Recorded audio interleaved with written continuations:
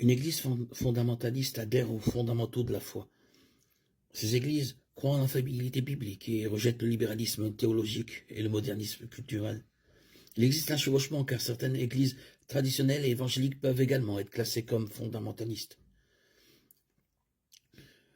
Les églises libérales enseignent une manière d'interpréter la Bible qui est moins littérale. L'accent est mis sur l'évangile social et les miracles de Jésus et d'autres événements surnaturels sont minimisés ou allégorisés.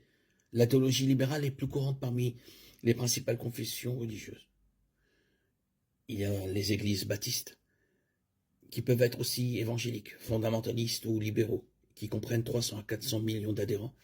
Le nom baptiste vient de la croyance que seuls les croyants doivent être baptisés par et non les nourrissons.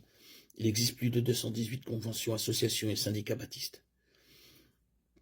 Nous rajouterons les pentecôtistes qui sont plus de 280 millions de disciples. Le pentecôtisme a commencé au début des années 1900 et met l'accent sur l'expérience du Saint-Esprit. Les pentecôtistes sont connus pour leur croyance que les dons de signes vus dans le livre des Actes ont continué à ce jour, ainsi que pour leur culte enthousiaste. Le pentecôtisme comprend plus de 700 confessions.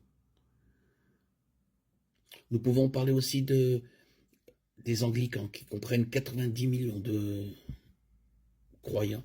L'Église anglicane a commencé à s'éloigner du catholicisme romain dès l'époque de Saint Patrick en 432, mais elle est devenue pleinement autonome sous le règne du roi Henri VIII. Lorsque l'Église catholique a refusé de laisser le roi divorcer de Catherine d'Aragon, il existe plusieurs communions anglicanes dans le monde. L'Église épiscopale est la principale branche américaine de l'anglicanisme.